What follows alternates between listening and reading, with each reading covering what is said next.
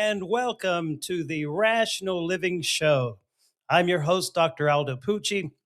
This is a weekly show that is broadcast every Wednesday at 7 p.m. Eastern United States time. So thankful that you could join us this evening, and I encourage you to ask questions, to call and ask questions, or if you have comments, you can do that through the Podbean app.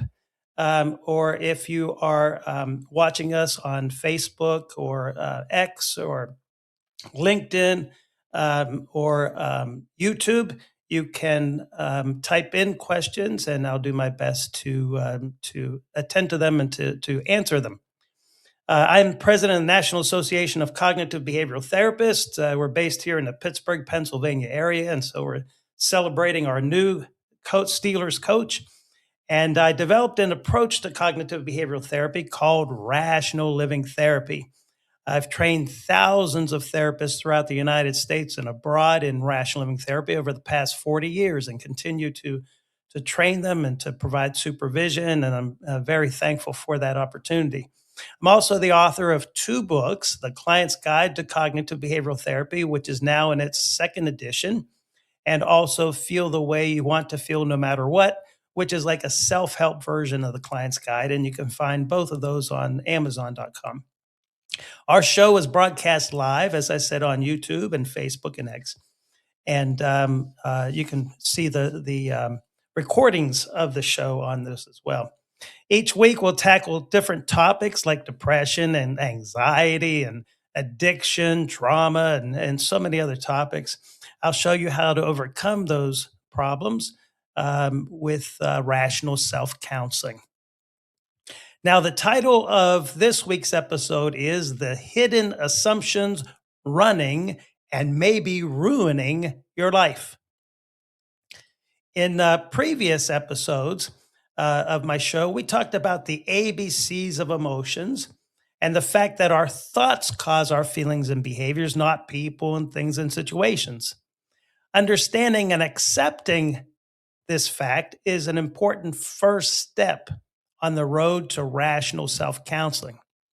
As long as we blame our situations, the people around us, and the world around us for causing our feelings and behaviors, we will never experience true emotional freedom. So knowing and accepting the fact that our thoughts cause our feelings and behaviors is a very important first step. But it's not all that we need to know to do well. As a matter of fact, many times people have said to me, well, I understand that my thoughts cause my feelings and behaviors. I understand the emotional ABCs, but I'm still feeling upset and I don't understand why. Well, knowing that our thoughts cause our feelings and behaviors is like knowing that the engine moves the car. But just because you know that the engine moves the car does not mean you know how to diagnose engine problems and how to repair the engine. Okay. And so since irrational thoughts cause unwanted emotions and behaviors, it's very important for us to be able to identify irrational thoughts. And so how we can do this, and let me put this up on the screen here for those of you who are watching on YouTube, for example, watching online. What we can use to determine, to assess our thinking and to determine whether our thinking is rational for us or irrational is what we call the 3 rational questions. And these 3 rational questions that I use in rational living therapy are actually a modification of Dr. Maxie Maltzby's 5 rational questions. Dr. Maltzby was my mentor. He trained me originally in cognitive behavioral therapy, and he was very involved with our organization, and we maintained close ties until he passed on in 2016. And so I used Dr. Maltzby's 5 rational questions until I realized it was a good idea to eliminate 2 of the questions.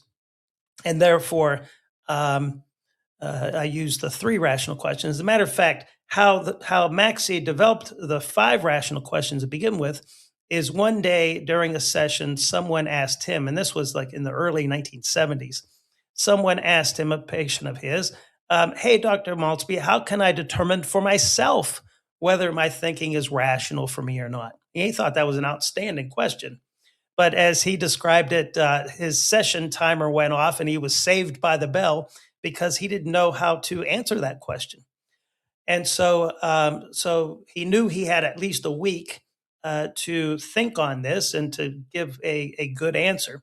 And so he developed during that week what he called the five criterion for rational thinking, or the five rational questions. And and so, like I said, he taught me those five rational questions, but then I decided to eliminate two of those questions. And the first time I presented the three rational questions, guess who was sitting in the audience in the front row? Maxie Maltzby. And I somewhat irrationally concerned myself with how he might respond to the fact that I eliminated two. And so after the training that day, I said to him, "Hey, Dr. Maltzby, I'm sure you realize that I eliminated two of your questions. What do you think?" And he looked right at me and he said, "You know, Aldo, three questions are better than none." It's a terrific guy, and so what these three questions are a great way to determine, is this thought a thought I want to hold on to because it serves me well, or is it a thought that I want to get rid of and replace it with thinking that works better for me? Okay. So the first rational question is my thinking based on fact? In other words, is what I'm thinking the way things really are? Now, there is a very important fact about how our emotions work, the way we talk to ourselves related to this first rational question.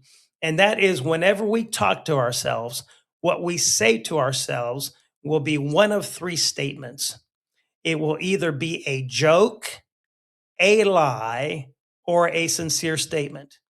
Okay. So, in other words, whenever we talk to ourselves, what we say will either be a joke. In other words, we know we're just kidding around, or it will be a lie. We know we are telling ourselves something that we really do not believe, like, "Oh, that doesn't matter to me," when we know that it does. Or it will be a sincere statement. We sincerely believe that what we are thinking is correct. Now, we do not act on jokes when we know we're just kidding around. We do not act on lies when we know we're telling ourselves something that we really do not believe. We only act on sincere statements. The problem, though, is that those sincere statements can be very mistaken. So, how is a person going to answer this first rational question if they sincerely believe that what they are thinking is correct? They're going to answer it, yes, right? Of course, my thinking is based on fact. Do you think I'd waste my time washing my hands 150 times a day if I didn't think I was going to die from germs if I didn't? Right. So therefore, we better have some pretty good ways to be more objective about our thinking, to determine if our thinking is actually based on fact or not. There are some very good ways, and one of the best ways is to learn about the cognitive distortions or mental mistakes that people make. In my book, The Client's Guide, I think it's chapter 7, I talk about 26 different cognitive distortions, mental mistakes that people make in great detail. So the more familiar people are with those cognitive distortions, mental mistakes, the ways we can go wrong in our thinking, the better position they'll be in to answer that first rational question accurately. So, for example, if I know that I'm jumping to conclusions, then I know my thinking isn't based on fact. Or if I'm thinking in all or none terms, or confusing needing and wanting, or relying and depend, or as opposed to depending, then I know my thinking isn't based on fact. So, the more familiar we are with these cognitive distortions or mental mistakes, the more effective we'll be at answering that first rational question accurately. Okay, so what we're in the best position to answer this question accurately when we view our thoughts as being like hypotheses to be tested rather than just thinking, well, if I think it, it must be so. Okay, we could be wrong. And sometimes we're thankful that we're wrong in our thinking. Okay, so the first rational question is usually the most difficult to answer correctly because we think we're right, you know. But and that's why we're making ourselves miserable or acting in ways that are problematic. It's sincere misery, okay, whenever we're thinking sincere thoughts. But just because we sincerely believe a thought to be correct does not mean it is. Okay. Second rational question is, does my thinking help me to achieve my goals? And so the more you know and recognize what your goals are, the easier it will be for you to answer this second rational question. Now, this question does not apply just to long term or lofty goals. It can be applied to something fairly immediate, not that big of a deal. For example, I know I'm not going to pass that exam tomorrow morning, so there's no point in me studying tonight. I think I'll just get drunk instead. Talk about creating a self fulfilling prophecy, right? Um, so any thought that does not help you to achieve your goals would not pass the second rational question. And the third rational question is, does my thinking help me to feel the way I want to feel without alcohol and other drugs? So if a person's feeling depressed, for example, and they're not wanting to feel depressed, then the thinking that produces that unwanted feeling would not pass the third rational question. But now notice how this third question is worded. Does my thinking help me to feel the way I want to feel? We could word it, does my thinking help me to feel happy? Couldn't we? Sure, we could. But if we worded it that way, then what we would be suggesting or implying is that there is only one way to feel, and that is happy. And if you don't want to feel happy, then there's something wrong with you. No, we don't have that agenda in this approach in rational living therapy. So if a person wants to feel angry, for example, then that's their business. I might point out the disadvantages just in case they hadn't considered them, and also might want to make certain that in fact they thought that it was a desire and not something they thought they had to feel. But once we have that straight, go for it. Who am I to say you're not allowed? However, if their thinking cause is contrary to the third rational question, or is contrary to how they want to feel, then it would not pass the third rational question. So therefore, what we teach folks then is that three yes answers means it's a rational thought. You want to hold on to it because it serves you well. It's accurate. It helps you to get what you want out of life, and it helps you to feel the way you want to feel. One no answer to any of these questions means it's an irrational thought for you. And then at that point, when you determine, yes, indeed, this thought is irrational for me, then that means it's time to develop a new replacement thought. And we're going to talk about that in future shows. Because if we only say this thought is irrational for me, I refuse to think this way any longer because it's irrational for me, but we do not replace it with a rational thought and practice that thought, then we're going to revert back to the only thought we've ever known to think, right? The only way we've ever known to think about what's going on. So therefore, it's very important because the human brain does not like a vacuum. It's very important for us to replace an irrational thought with a rational thought, an irrational behavior with a rational behavior. Okay, and we're going to get into that. So the three rational questions. So we've talked about the fact that our thoughts cause our feelings and behaviors, and thank God for that. We've talked about the fact that sometimes we react so quickly we don't know what we thought because and that's made possible by a reflexive thought, a very well learned thought, so well learned, so practiced that now it's stored in the brain, ready for action, so that you no longer need to think it consciously. And now we've also talked about how to diagnose your thinking, how to examine it to determine, is this a thought I want to hold on to because it serves me well, or is it a thought to get rid of and replace it with thinking that works better for me? And I can tell you this, that if you are making yourself miserable, there will be something wrong with that thinking that you can correct and feel better.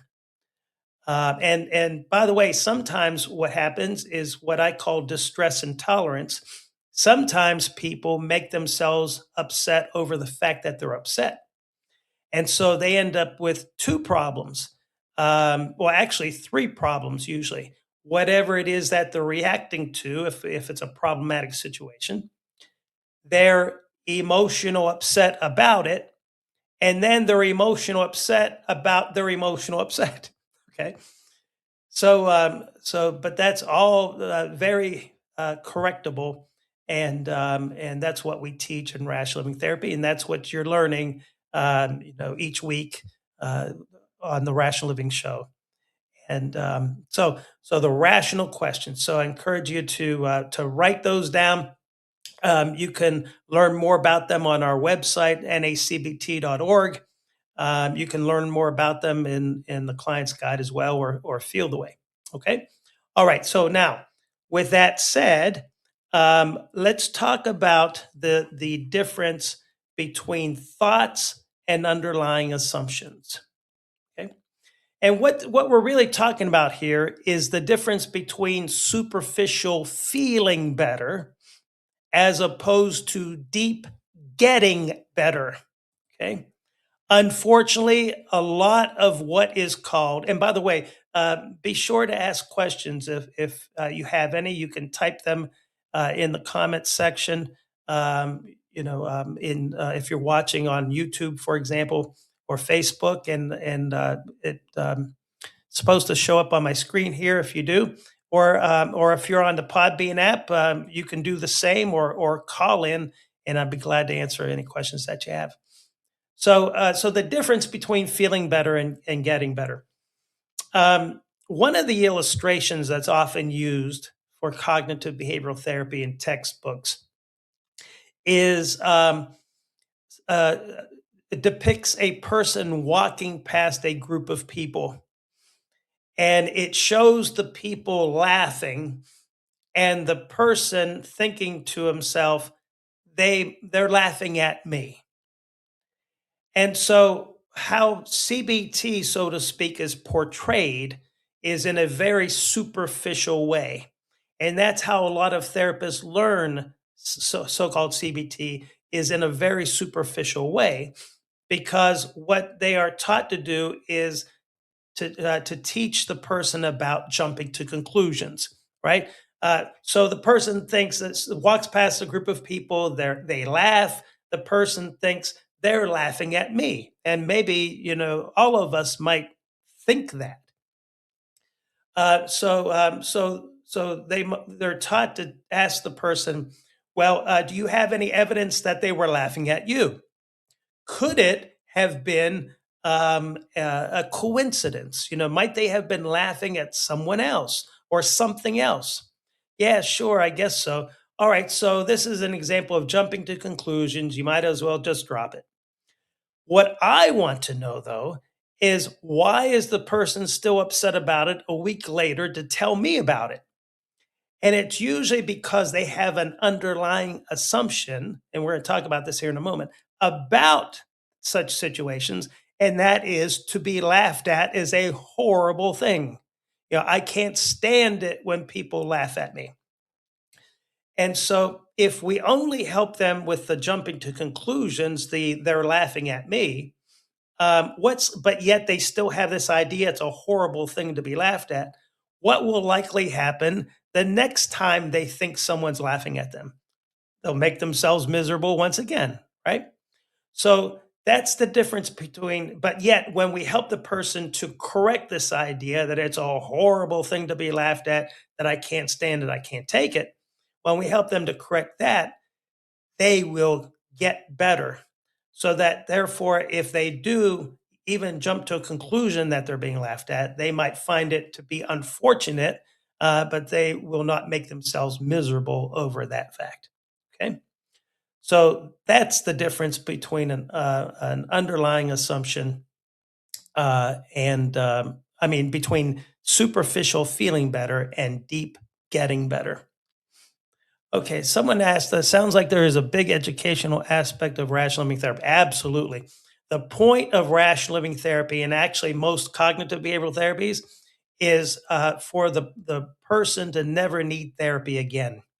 Uh, and so how they do that is how we achieve this goal is by education, by teaching the client how to counsel themselves rationally, and they can carry that learning with them into any situation the rest of their lives. You know, as long as they remain mindful of it. Um, Yes, indeed, and someone said on Podbean that it takes a lot of practice, and there's no doubt about that. It does.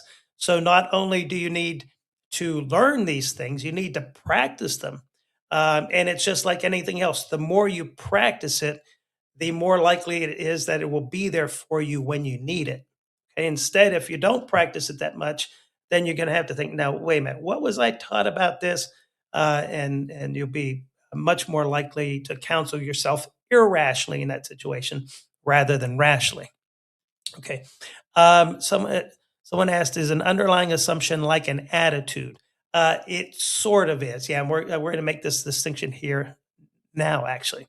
So we're going to talk about the difference between underlying assumptions and thoughts, okay, and why this matters to you in your attempts to counsel yourself rationally. So, underlying assumptions are primarily non conscious. And what that means is that if you ask someone, hey, what do you think about this? It's not likely that they will express to you an underlying assumption. So, an underlying assumption is an idea that is in our head, but we don't think much about it consciously. Okay, so we have underlying assumptions about ourselves and the world around us. For example, if you drive down a two-lane road, you and the person coming toward you both have an underlying assumption about that situation. I'm going to remain in my lane, they're going to remain in theirs. If you did not assume that, if you both did not assume that, there would either be chaos, you know, well, what are we going to do here? Or you'd never get on the two-lane road. Okay. So we operate by underlying assumptions throughout the day. They're the lenses through which we view the world. Right now, if you're sitting down, you have an underlying assumption that I'll bet you didn't think anything about. It didn't come to mind, and that is the chair that you're sitting on is strong enough to hold you. Okay, and but I doubt that you thought that consciously. But if it had occurred to you that it's not, then you know that idea certainly would have come to mind. So we have underlying assumptions about ourselves and the world around us that shape our behavior. Underlying assumptions are pervasive. They tend to affect in two ways: either many aspects of one area of your life or many areas of your life. Okay. And so I'm going to show you an example of this here in a moment. I describe to you an example of this. A thought, as opposed to an underlying assumption, a thought is conscious. Okay. We're consciously aware of our thoughts. A thought is specific to a situation, it's an interpretation of a situation, it's how you see it.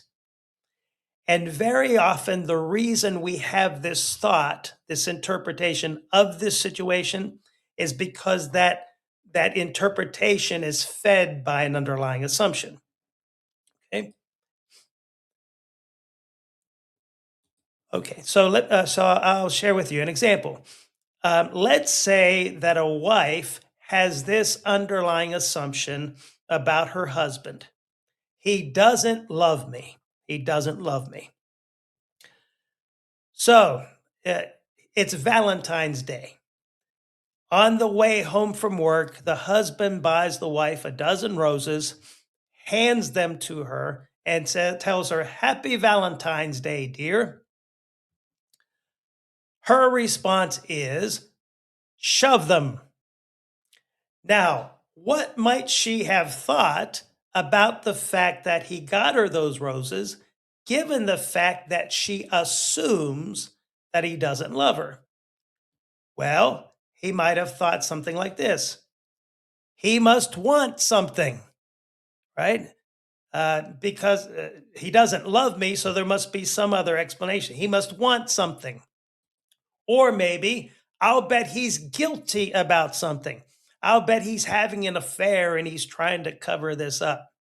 That's why he's getting me these roses. Or he doesn't want trouble. He knows I'll be upset if he doesn't do something for me and he doesn't want that trouble. So, why does she think this about the fact that he got her those roses? Because of the underlying assumption she has about him, and that is he doesn't love me. So, let's say the next day he does something to help her out in some way, very similar interpretation. He doesn't, he must want something, or he's guilty about something, or he doesn't want trouble. Several days later, very similar situation, very similar interpretation. So she might come to me for therapy and say to me, "I have 3 problems that I want to discuss today." However, if her underlying assumption, he doesn't love me, is incorrect, does she have 3 problems, or does she have 1 problem that gives her the impression that she has 3 problems? She only has one that gives her the impression that she has three, right? So sometimes self counseling and therapy will seem like having a birthday cake with trick candles. Just when you thought you've blown out the problem, here they come back again. And why? Because a person's only dealing with these thoughts rather than the underlying assumptions. So the way people get better in rash living therapy is by correcting mistaken underlying assumptions rather than just correcting mistaken thoughts. Okay. And so now let's say she has so notice something here. This underlying assumption, he doesn't love me, is only about her husband, right? It's not about the guy down the street. It's not about her dad. So it's specific to him. But you can imagine how many different situations, aspects of their relationship that would affect. He doesn't love me. But now let's say that she has another underlying assumption, and this one is about herself that feeds the idea he doesn't love me. And that underlying assumption is I'm not lovable. Now, you can imagine how many different relationships that might affect, right? Not just with her husband. So it's no wonder that she assumes that he doesn't love her. If she thinks she's not lovable, why would he love her? Okay. Now, just because she thinks he doesn't love me, she assumes that, does not mean she thinks something negatively about herself. That's what some people will try to tell you, that if she thinks her husband doesn't love her, she must have a bad opinion of herself. No, no. She might think he's out of his mind, right? She might think that he has bad taste. So just because she assumes he doesn't love her does not mean she assumes anything negatively about herself. But let's say in this case that is the case. So I'm not lovable would be even more pervasive than he doesn't love me, because it would affect many aspects of her life, not just with her husband. Okay, so you see how these underlying assumptions are pervasive in a couple of different ways. Okay. All right. Now let's see here something. Um, someone wrote, can an assumption be an opinion? Absolutely, it can be. And by the way, just because it's an underlying assumption does not mean it's an irrational underlying assumption. We have many assumptions that conclusions that we come to about things that we think are fairly stable ideas, and and therefore we operate by them unless something comes along to question them, to challenge them in some way, and we're paying attention. So therefore we adjust our assumptions. um, so it certainly can be an opinion, no doubt about that. All right, so with that said, then, when are irrational underlying assumptions a problem? Irrational underlying assumptions are a problem when they are relevant. See, remember that underlying assumptions are primarily non conscious. So they are these learned ideas, these assumptions that we have that are stored in our brain, but aren't always relevant. But they're just like it's as if they're sitting there waiting to be relevant. And so when they are relevant, then that's when they shape how we view what's in front of us and how we react to it. Okay. So, so for example, to be laughed at as a horrible thing wouldn't be relevant unless you're being laughed at, right? Then that becomes relevant and a part of producing the reaction that you have to it. So let's take a look at some examples of irrational underlying assumptions. These hidden ideas, because they're non-conscious, right? These hidden ideas, these hidden assumptions that might be running or maybe even ruining your life. There are many of them, and I've just included a few here for our show today. The first is I must have people's love and approval, and I can't stand it when I don't. So when would that be relevant? Well, in any kind of situation where a person thinks they're being evaluated, or relationship kinds of situations, and especially if a person thinks that their relationship is being threatened in some way, or someone might disapprove of them in some way. So, but the I must have people's love and approval, and I can't stand it when I don't is a problem um, because first of all, when they say I must, my question is, you must for what? What is people's love and approval actually a requirement for? And then work at challenging that. But one thing we know is it's not a requirement for survival. But if you see someone panic over the possibility or over the perception that they're losing someone's love or approval, then you can see that they're equating love and approval with air and food and water, as if not having it poses a life or death situation for them. Okay, and that's confirmed with the rest of the sentence. And I can't stand it when I don't, like it will be the end of me. Okay, so therefore, that's certainly an irrational underlying assumption. To be rejected is it now? Now, by the way, a person might say, "I like people's love and approval. I sure enjoy it when most people anyhow, love me and approve of me, and there are definitely benefits to those things." That's one thing. But to say I must have it, I need it, like I will die if I don't have it, that's something quite different. Okay. All right. The second, to be rejected is a terrible thing. Again, now, very often when people call things terrible, horrible, and awful, what they're really meaning is it's so bad, I can't take it, I can't stand it, I need it not be. Um, Sometimes, actually, there are benefits to being rejected because being rejected leads to greater opportunities. We only did not know it at the time. So sometimes it turns out to be a blessing in disguise. But at the very least, what we can say is to be rejected is not something we can't stand. It might be something we dislike, but we certainly can stand it and can take it.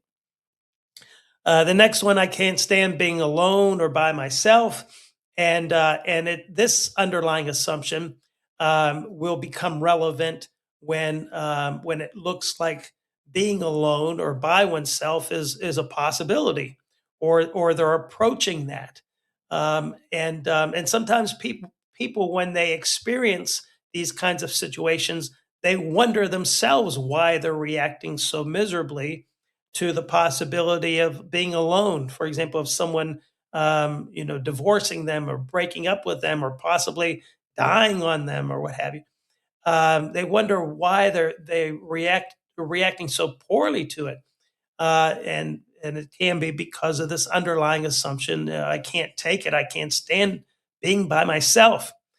And so again, we want to take it out of the category of something that you actually can't stand, those things that are life threatening, and put it into the category of something that might be unpleasant for you. And notice I said for you, because there are actually a lot of people who like being alone. They prefer being by themselves. Others might think it's strange, but it's true. And who's to say that there's a requirement that you want to be around others? Okay. The next, I must be competent and successful. So a person is attempting to accomplish something, and they think I have to be competent at this. I have to be successful at this, and or at least that's their underlying assumption. And so, therefore, it puts undue pressure on them, and they usually end up doing worse, performing worse than they would if they simply said, "My preference is to be competent and successful," whatever those terms mean to the person. I would rather be competent and successful, and that is my goal. But I don't need to. Like my life depends on it. And so we're changing this must to a preference. We're changing this need idea to a want idea. Okay. The next is I must have perfect security. And so sometimes with an underlying assumption like that, people will not leave their homes, or they will avoid any kind of situation that they think there's any possibility of having any kind of danger. I remember when 9/11 happened. Shortly thereafter, Albert Ellis, who was the grandfather of the cognitive behavioral therapies, who developed rational emotive behavior therapy. Um, I can't remember if he wrote an article or gave an interview, but I think it was an article in which he said that talked about people's insistence that they have perfect security. And keep in mind, he lived in Manhattan. That people think that they have to have perfect security, and there is no such thing. So the first problem with I must have perfect security is that doesn't exist on this planet. It doesn't exist. First of all, and secondly, there is no requirement that you have perfect security. Our preference is to be secure, and we're going to talk more about all this, in other shows. There is a preference to be secure, of course. We would rather think that we are safe rather than be in danger, but to think I cannot have any possibility of danger whatsoever, you likely will lock yourself in a closet and might not even do that if you think it's unsafe to be in closets. Okay. The next, I can't stand change. Many people think that have this underlying assumption: I can't stand change, I can't take change, and therefore they avoid it like the plague. And usually it's a fear of what might happen.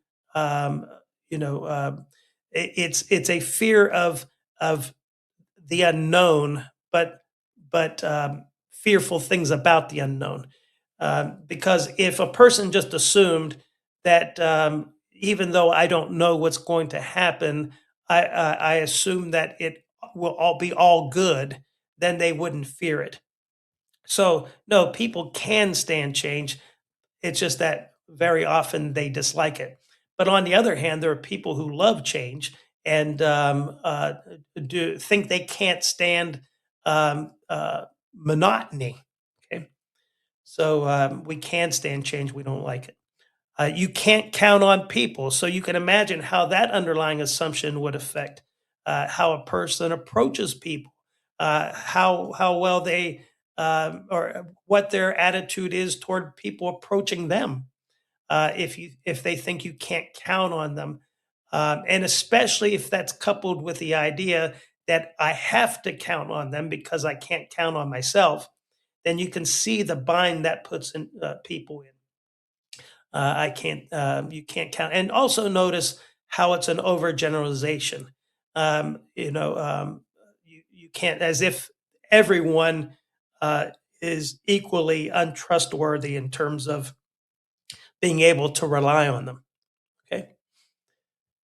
I can't depend on myself is another one. So you can imagine how a person would um, think they would need others to depend on if they think they can't depend on themselves.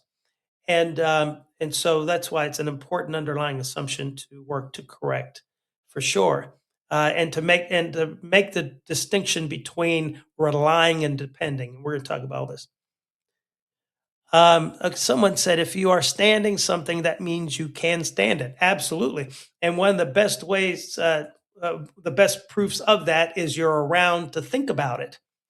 Sometimes we're around to complain about it. It's so interesting to me how people will say, I can't stand this, but they're around to state that they can't stand it, which proves they can stand it, but they might very much dislike it. Yeah, that's right. Um, I can't be happy unless blank. And people, so the underlying assumption of I have these certain requirements for happiness. Happiness, the only way I could be happy is if I have this in my life, or that in my life, or this person in my life, or that person not in my life. And um, uh, but the problem with that is a misunderstanding of how our emotions and behaviors work. You might say my strong preference is to have certain things in my life, to have certain people in my life, to not have certain people in my life, to be able to do certain things, etc. That's one thing. But to say that my happiness depends on those things is to not understand how our emotions work. The only thing that's required for a person to feel happy is a brain and body that are working properly in relation to our emotions and happiness producing thoughts. That is it. It does not require, happiness does not require any particular situation, period. Okay. Next underlying assumption, I am dumb. When people say I'm dumb, what they usually mean is I am too dumb. So we work at examining too dumb for what. And then, but you can understand, and you can imagine how that would shape how they would approach life and approach tasks. Yeah, if they think, generally speaking, they're not very bright, then that would likely put the brakes on pursuing many things. Many options that are available to them, just because they think they do not have the intelligence to achieve those things. Then, of course, there's the idea other people are dumb. So, see, sometimes underlying assumptions are about ourselves, sometimes underlying assumptions are about other people, and sometimes underlying assumptions are about the world around us. So, in this case, people are dumb. And again, this is an overgeneralization, and it's also what the person really means is that they are too dumb. Well, too dumb for what? And then, of course, we have to take a look at how is that a problem for me? Must I be concerned at their lack of intelligence, even if they aren't very bright? Okay. The next, life must go the way I want. No, that's made up. You might want life to go the way you want, but there is number one. Where's the evidence that it must? That somehow reality must conform to what we want simply because we want it that way. There is no evidence. The next, I should be able to do what I want with no negative consequences. You know what I say? That good luck with that one. Um, uh, there, there, there are consequences that come naturally. There are natural logical consequences to our behavior. And then sometimes there are consequences that we do not anticipate. Um, but the fact is that everything has a consequence. Sometimes the consequence is irrelevant. Sometimes the consequence is positive. Sometimes the consequence is negative. I can't stand discomfort. We're actually going to talk more about this in other shows, but I can't stand discomfort leads to people doing just about anything they can to not feel discomfort. Whether the discomfort is a physical discomfort, such as a pain, back pain, for example, or the discomfort is emotional, such as depression or anxiety or anger. Okay, so that's why you see people drink and drug and gamble and do all sorts of things to try to distract themselves from their discomfort. I'm a failure. You can see how that would shape the person's behavior, so they need to work at correcting that. The world is a dangerous place, and so therefore I must be, constantly on edge and protect myself. Um, and so, really, I think what a person means when they say the world is a dangerous place is that it's too dangerous for me to function. And so it's important to challenge that. Life is unfair and I can't stand it. Well, where is the evidence that it must be fair? And who determines what is fair and what is not? Life is just the way it is. And so far, you've stood it. Rules don't apply to me. Often, people end up in prison with thoughts like that. That they apply to everyone else but to me. That's reality. That would be fine if reality supported that belief, but obviously it doesn't. Same. It would be horrible if I died. We see it with panic.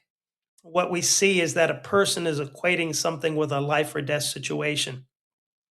And so a lot of times when people equate things with a life or death situation, um, they will say to the therapist, if this happened, I would die.